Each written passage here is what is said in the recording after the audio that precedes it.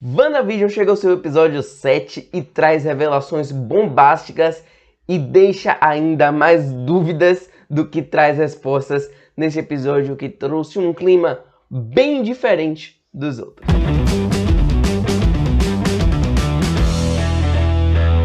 Fala galera do YouTube, beleza? Tamo de volta com mais um vídeo aqui no canal e hoje a gente vai falar do episódio 7 de WandaVision, tá chegando na reta final dessa que é a primeira série da Marvel no Disney Plus. E a gente vai falar aqui os principais detalhes que eu notei no episódio que traz uma revelação bombástica no final. Como a gente já tinha visto pelos trailers, esse episódio traz referências à série Modern Family, homenageando ali o final dos anos 2000 e início dos anos 2010. E como eu falei, toda a aura desse episódio ela é bem esquisita, tem alguma coisa que você vê que não tá certa e deve ser realmente o último episódio tratando das sitcoms, pelo que a gente descobre no final. Eu vou falar já já sobre isso. A Wanda tá bem angustiada diante de tudo que aconteceu no último episódio. Ela teve que expandir o Rex para salvar o Visão, mas o Visão não voltou para casa, então meio que entra em negação e diz que ela quer ficar sozinha em casa naquele dia para se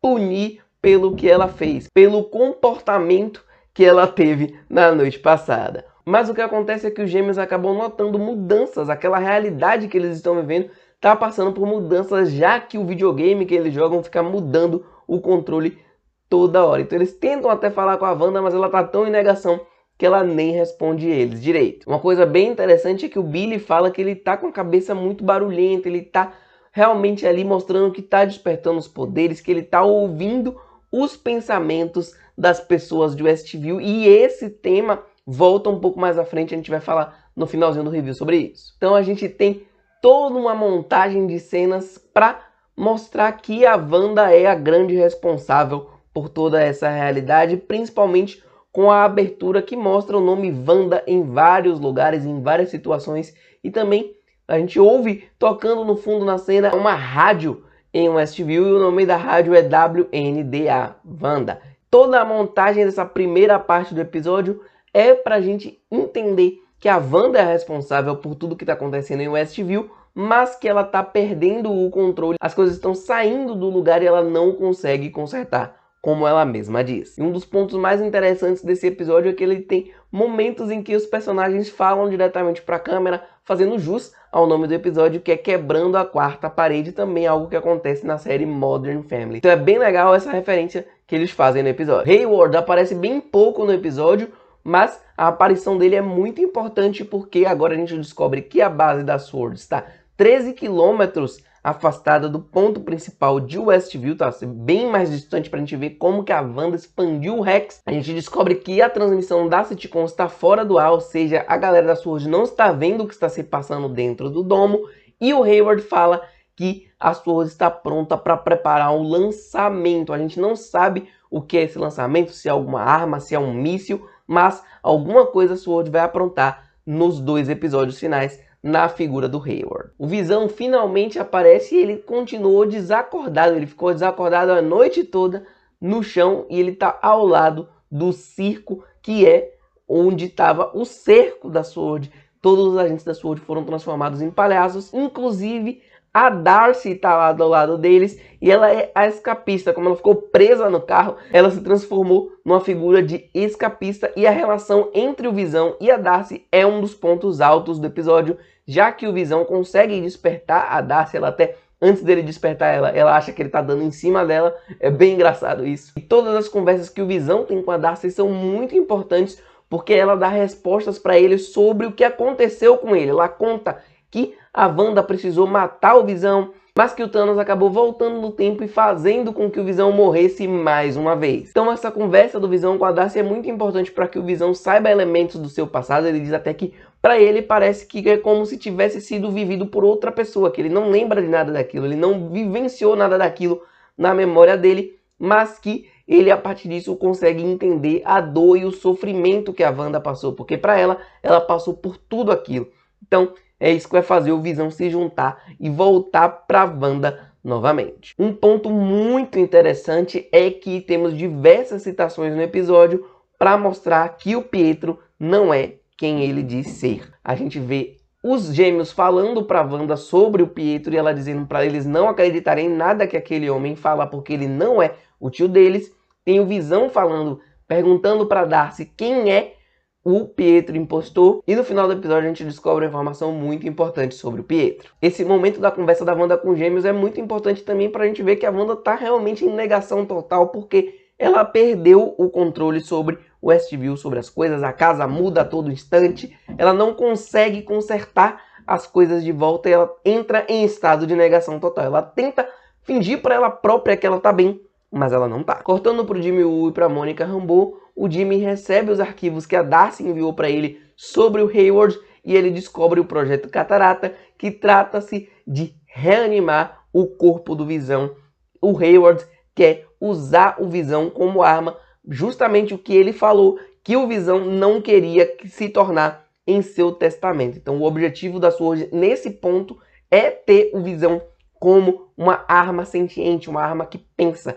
Então esse é o grande objetivo da SWORD e isso é um dos pontos que vai fazer a Mônica tentar voltar a entrar no Rex para alertar a Wanda. E aí a gente tem o contato da Monica Rambeau, que faz aquele veículo para ela, e ela fala com a Major Goodner, que não é nenhuma personagem muito importante nos quadrinhos.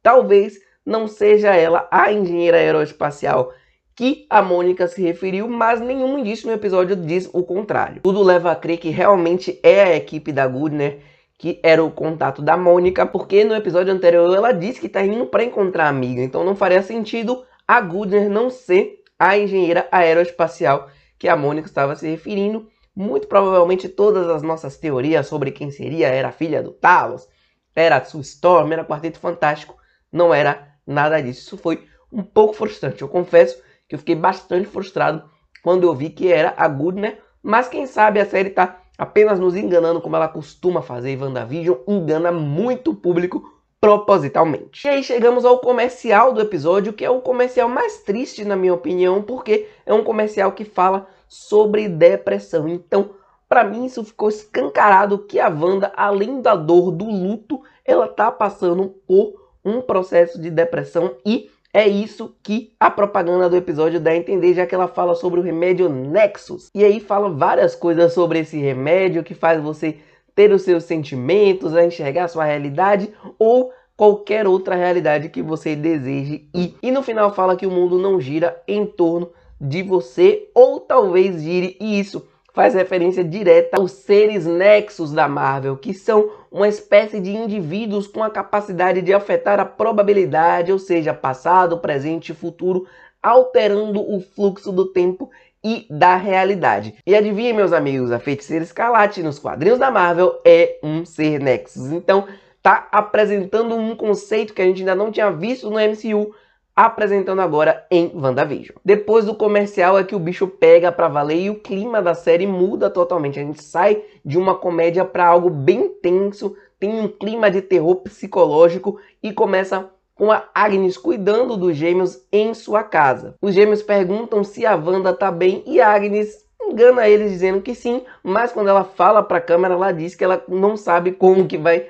contar para duas crianças de 10 anos que a mãe deles está ficando pirada. E ela faz mais uma menção ao Ralph, o seu marido, que em 7 episódios não apareceu em momento nenhum. O Billy fala que gosta da casa da Agnes porque lá é um lugar bem silencioso, ou seja, diferente das outras pessoas de Westview que tem uma vida por trás daquilo que eles estão vivendo em Westview, a Agnes é diferente, ela tem alguma coisa diferente que faz com que o Billy não sinta o barulho dentro dela. Então isso é muito importante também para o que vem acontecer no finalzinho. Então a Mônica usa uma espécie de roupa espacial, que lembrou muito o Quarteto Fantástico. Infelizmente parece que não vamos ter Quarteto Fantástico sendo introduzido de vez em WandaVision, apesar de todas as referências.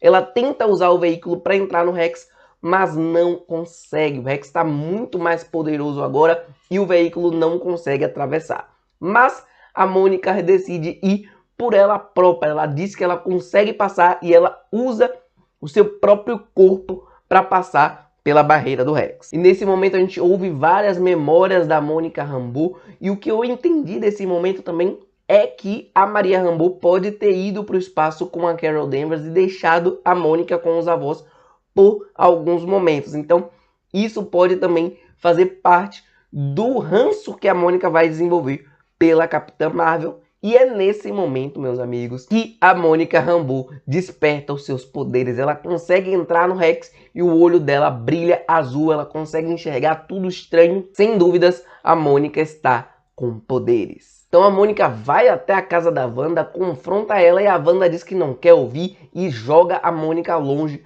com seus poderes. Mas dessa vez a Mônica consegue se defender. Ela dá aquele pouso de super-herói usando os poderes. É bem interessante como a Mônica confronta a Wanda e fala que ela também sente a dor do luto, que ela sabe o que a Wanda está sentindo, que diferente da Wanda, ela não pode alterar a realidade e que ela aceita isso porque essa é a verdade dela. Eu acho que esse discurso da Mônica vai ser muito importante para que a Wanda entenda toda a situação e saia daquele momento. Mas o que acontece é que a Agnes chega e tira a Wanda de lá, não deixando a Mônica conversar mais com a Wanda. A Wanda é levada para a casa da Agnes e percebe que os gêmeos não estão lá. Tem alguma coisa muito esquisita e a Agnes diz que os gêmeos estão brincando no porão. Muito provavelmente a Wanda desce e começa a notar uma série de elementos estranhos. Tem uma porta esquisita com várias raízes e ela encontra alguns elementos, umas caveiras, umas coisas bem estranhas e um livro provavelmente de feitiços que está trancado, que está emitindo uma energia meio amarela, meio preta.